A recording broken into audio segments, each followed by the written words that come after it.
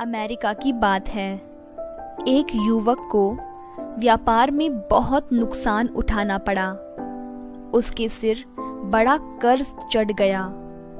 तमाम जमीन जायदाद गिरवी पर चली गई। दोस्तों ने भी मुंह फेर लिया। जाहिर है वो बेहद हताश था। कहीं से कोई राह नहीं सूझ रही थी।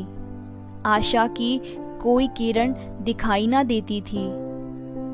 एक दिन वो बगीचे में बैठा अपनी परिस्थितियों पर चिंतन कर रहा था। तभी एक बुजुर्ग वहां पहुंचे। कपड़े और चेहरे से वे अमीर नजर आते थे। बुजुर्ग ने चिंता का कारण पूछा तो उसने अपनी सारी कहानी बता दी। बुजुर्ग बोले, चिंता मत करो, मेरा नाम जॉन डी रॉकफेलर है। मैं तुम्हें नहीं जानता, पर तुम मुझे सच्चे और ईमानदार लग रहे हो, इसलिए मैं तुम्हें $10 लाख का कर्ज देने को तैयार हूं। फिर जेब से चेकबुक निकालकर उन्होंने रकम दर्ज की और उस व्यक्ति को देते हुए बोले, नौजवान, आज से ठीक 1 साल बाद हम फिर इसी जगह पर मिलेंगे। तब तुम मेरा सारा कर्ज चुका देना। इतना कहकर वे चले गए। युवक अवाक था। रॉकफेलर तब वहां के अमीर शख्सियत थे। युवक को तो भरोसा ही नहीं हो रहा था कि उसकी लगभग पूरी मुश्किल हल हो गई है।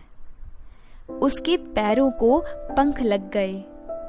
घर पहुंचकर वो अपनी कर्जों का हिसाब लगाने लगा। 20वीं सदी की शुरुआत में $10 लाख बहुत बड़ी धनराशि होती थी। अचानक उसे झटका लगा। उसने सोचा, एक अपरिचित व्यक्ति ने मुझ पर भरोसा किया, पर मैं खुद पर भरोसा नहीं कर रहा हूं। यह ख्याल आते ही उसने चेक को संभाल कर रख लिया।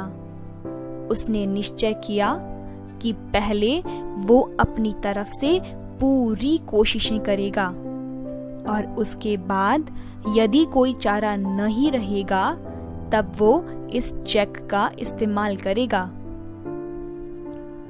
युवक ने खुद को झोंक दिया। बस एक ही धुन थी, किसी तरह सारे कर्ज चुकाकर अपनी प्रतिष्ठा को फिर से पाना है। उसकी कोशिशें रंग लाने लगी। कारोबार उबरने लगा। कर्ज चुकने लगा। साल भर बाद वो पहले से भी अच्छी स्थिति में था। निर्धारित दिन ठीक समय पर वो बगीचे में पहुंच गया। वो चेक लेकर रॉकफेलर की बाट जो रहा था कि वे दूर से आते हुए दिखाई दिए। जब वो पास पहुंचे तो युवक ने बड़ी श्रद्धा से अभिवादन किया।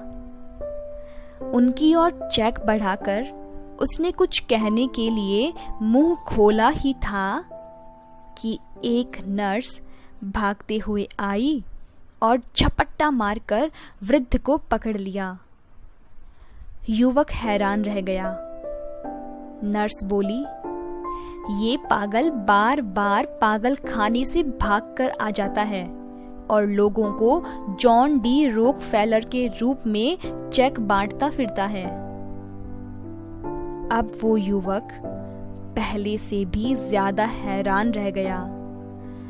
जिस चेक के बल पर उसने अपना लगभग डूब चुका कारोबार फिर से खड़ा किया, वो फर्जी था।